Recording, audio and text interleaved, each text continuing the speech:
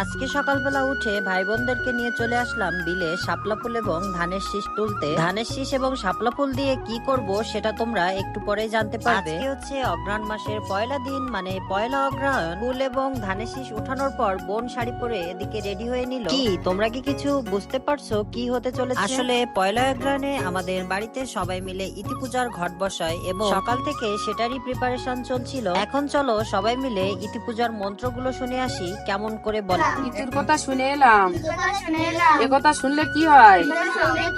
নির্ধনের ধন হয়, অপুত্রের পুত্র হয়, আই বুড়োর বিয়ে হয়, অস্মরণের স্মরণ হয়, অন্ধের চক্ষু হয়, অন্তকালে স্বর্গে যায়।